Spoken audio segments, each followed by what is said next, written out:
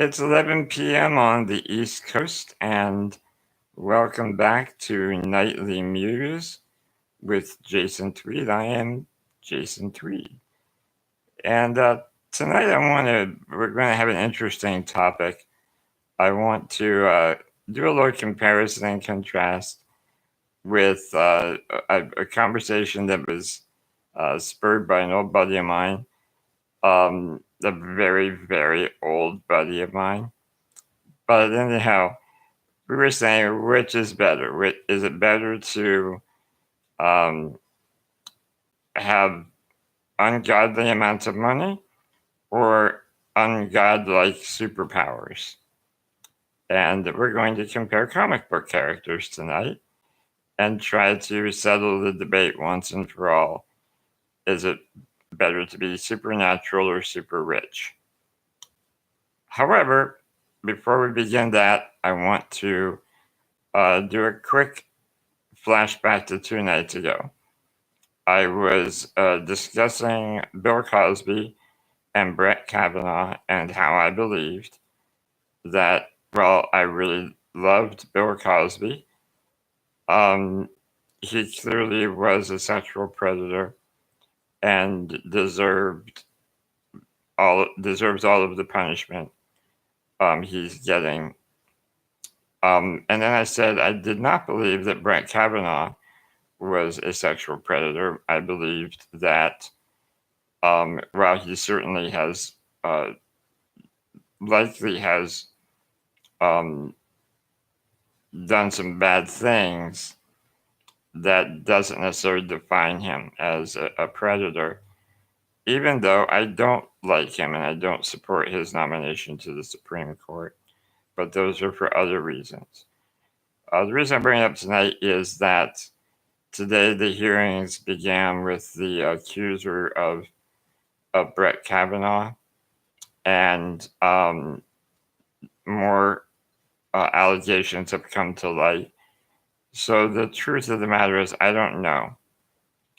So I want to say not that I was wrong 2 nights ago, but put a pin in my statements because I think that there is certainly more to learn about that process. And while I hope he does not get confirmed, I don't know definitively whether I would consider him a sexual predator or just a guy who, made some pretty significant mistakes in his youth when it came to relating to women. That's downplaying it a little bit. It sounds like there was definitely abuse, but is this part of who he is, or is this part of the growing up that we do, and should be kept in context? The truth is, I don't know. I don't think any of us do at this point. However, there is certainly enough information to speculate both directions. So we're going to, as I said, put a pin in it, let the information come in, because I don't believe in jumping to conclusions. On a topic that is far less mind-numbingly awful, we're going to have some fun tonight. I've invited my special guest, Amadeus, to join me, and we are going to call him live and put him on the air because I've just mastered that piece of technology as of yesterday. So I will get him on the phone and we'll talk.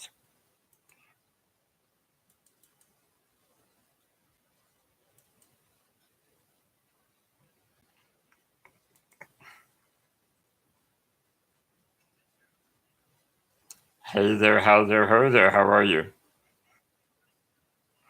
Good, good. Well, Amadeus, as I would call you by your pen name, we have the big debate, and like all great debates, we have already chosen sides. So I will start with an opening statement, and to put a little context, we have two possibilities to become a comic book superhero. Possibility number one is to be bitten by a spider, embraced by radioactivity, be born on a different planet, and shipped to the Earth. Or you can be very, very wealthy and relatively smart, a la Iron Man and Batman. So, being the capitalist that I am, I'm going to start by saying I think it's way cooler to be a little smart and super rich the way Tony Stark and Bruce Wayne became superheroes. Because I'm a little smart and I'm doing my best to become super rich. So I want to think that there's hope for me without going around and putting radioactive spiders on my back. So, your opening statement, sir.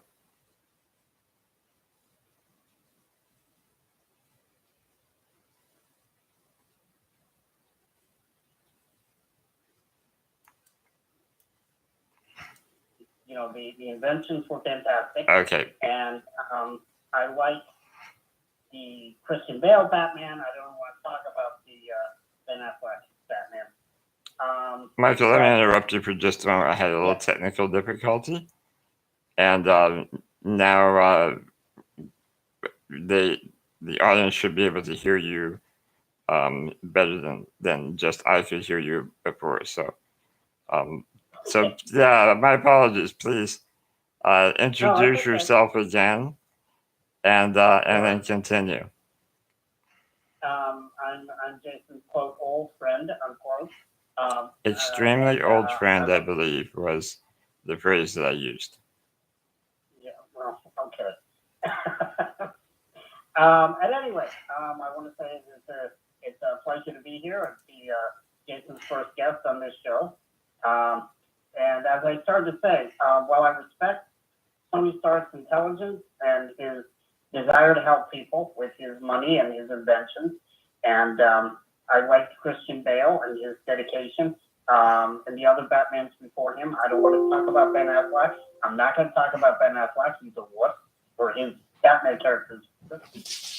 But I think that there's something more morally righteous isn't the right word, but I think when you have superpowers, when you know that you could basically rule the planet, but you use that for good, as Batman, or as Superman did rather. Captain America, although it was technology that turned him into the super soldier, it was what the professor said. If you're a good person and you double that strength and ability, you become an even better person. And of course, Wonder Woman just, she took it upon herself to defend the humans because she knew how fragile we were. So I think that someone coming here and having that power and having that control, I think is more heroic than throwing a bunch of money at a problem. Okay, I can see that, but part of the challenge that I have is that if you aren't from another planet, then embraced by the yellow sun, and we saw, as in Superman 2, that the bad guys also could get those superpowers. If we go way back to the Christopher Reeve days, of course. Mm-hmm.